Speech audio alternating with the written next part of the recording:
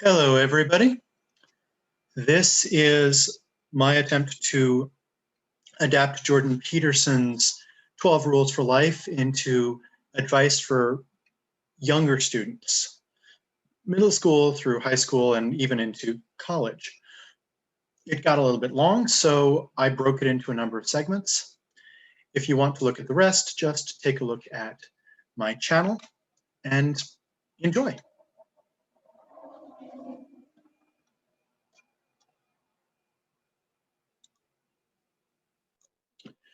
Rule 3, make friends with people who want the best for you. Yeah, this is really kind of simple and also kind of complex because, of course, they're friends, right? And if you got a friend who doesn't want the best for you, they're still your friend, right? This is hard. This is really hard. So a couple rules about this. First of all,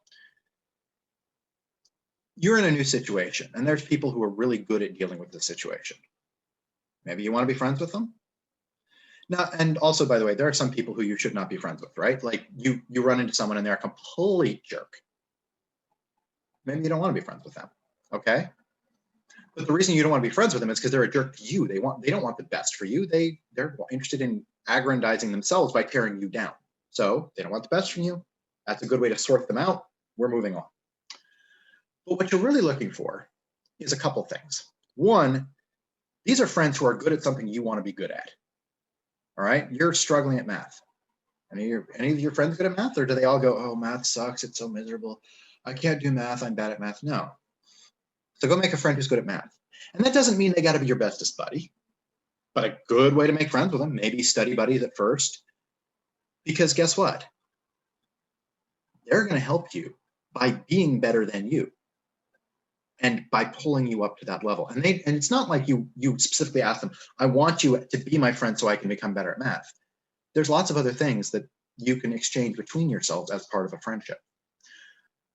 So, for example, supposing you're not the most organized person in the world, a little chaotic, a little messy. Your parents are going, oh my God, why do I have to keep telling you to clean your room? My God, it smells like a locker room in here. Can you put your clothes in the laundry hamper and get them to wash? You know, all that stuff. Why do you not get your homework done on time? I keep having to call the teachers and ask, and the teachers have to call me, you know, or look, you never show up anywhere on time. What is with this? You know, and your friends are like, dude, well, here's the thing. I remember when I was in high school and college, a lot of my friends were, well, frankly, freakishly hard workers. So was I. Now, how did that work? Well, part of it was I'd say, so what are you doing after school? And they're like, well, I got to study for this. I got to study for that. I'm like, okay, great. Now I feel like I'm a slacker. Okay, I got to go study for this too. Ooh, they're inspiring me to work harder, right? So that's awesome. And maybe I ask them and I'm like, I just don't understand this. I'm like, well, have you tried this? Oh, I learned something. Hey, cool. But at the same time, you know, they'd come back to me sometimes. They'd say, hey, so what are you doing after school? I'm like, well, I got to study for this and this, and I'm working on this paper, and I got, you know, rehearsal here. Oh, then they're going, geez, he's making me look like a slacker. I got to study.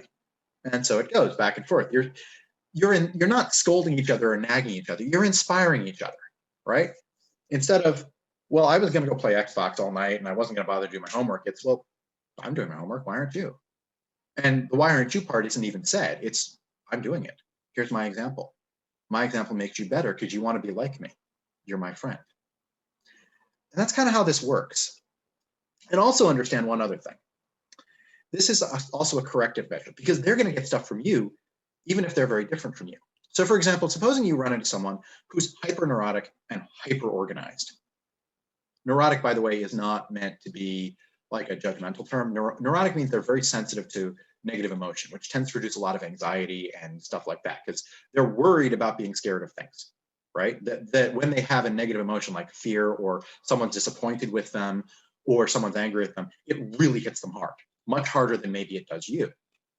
So they're hyper organized, and that's something you might want to be. But you're more chill, you're more relaxed. If someone, disses you, you just kind of look at them and go, yeah, whatever. Well, that's something they might want, right? So you make friends with them. And while they're inspiring you to be more organized, they're sort of in their life, they're more organized, and you're sort of like, well, what are they doing? Maybe I should do that. And you don't get as perfectly organized as they are, but at the same time, they learn a little bit from you about how to deal with chaos and how to deal with sort of negative emotions and people who are jerks, because they look at your approach. You're sharing. Make sense?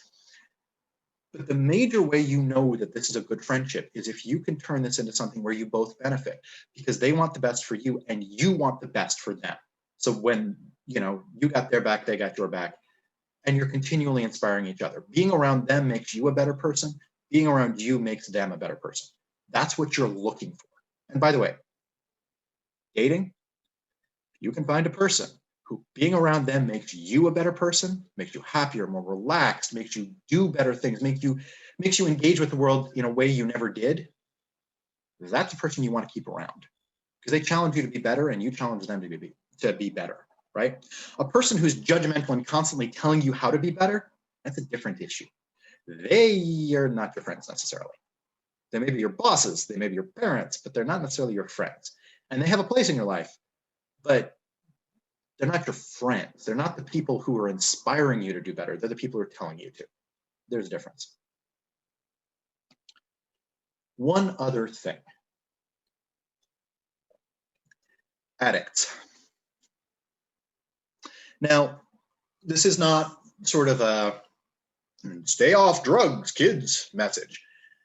This is not like a moralizing or sermonizing, preaching type thing to you, okay? I'm not like doing like the, dare to get kids off drug stuff. One of the things that happens to addicts, okay, that makes them very incompatible with this rule is that with addiction comes selfishness. And I mean real selfishness, okay? Part of becoming an addict is the thing you're addicted to, and the process of addiction warps your personality into total selfishness. You care about other people as ways to get what you want. You care about other people in as far as they will protect you, help you acquire what you want, make excuses for you, all this stuff. If you got someone addicted in your life, they're not your friend. And it's not because they didn't used to be a wonderful person. They might well have been. It's not because there is not potential to be a wonderful person in them now. That might be true.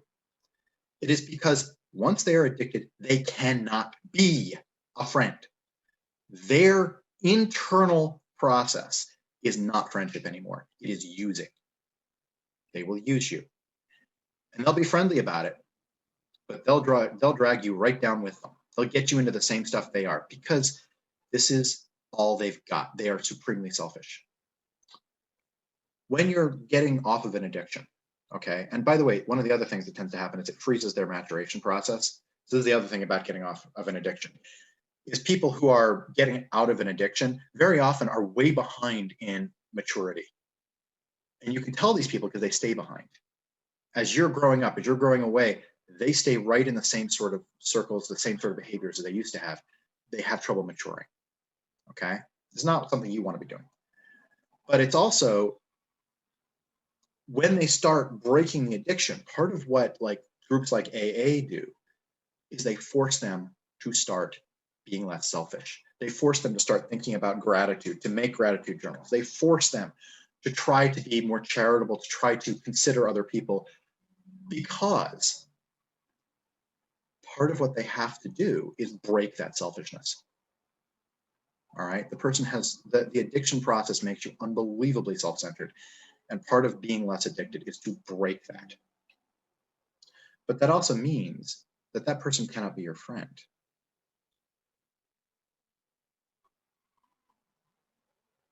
They can't be. They are not capable of friendship until they are far enough out of the addiction that maybe you can re-engage. Until then, they need help. And that means they're not your friend. They may be your charge. They may be someone you have to take care of somewhat, but they're not your friend. And you should not be making that kind of close bond with them, because it will destroy you as well as them. And you will have to get yourself out of an addiction or an enabling relationship or something like that. And it'll destroy you. A lot of times what happens is they suck people in who want to save them. And these people can't save them, but they can sort of make excuses for them. And then after a while, this person gets so tired of trying to save them, they realize they can't, they move on. The person finds another enabler. So if you see that pattern, if you see someone who's addicted, just back the heck off. You know, you might make sure they get the help they need, but if they reject it, you know, you cannot say, I'm your friend, I want you to go do this, because they're not your friend. Make sense? Not that they might not be friendly, but they're not capable of it at this point in their life.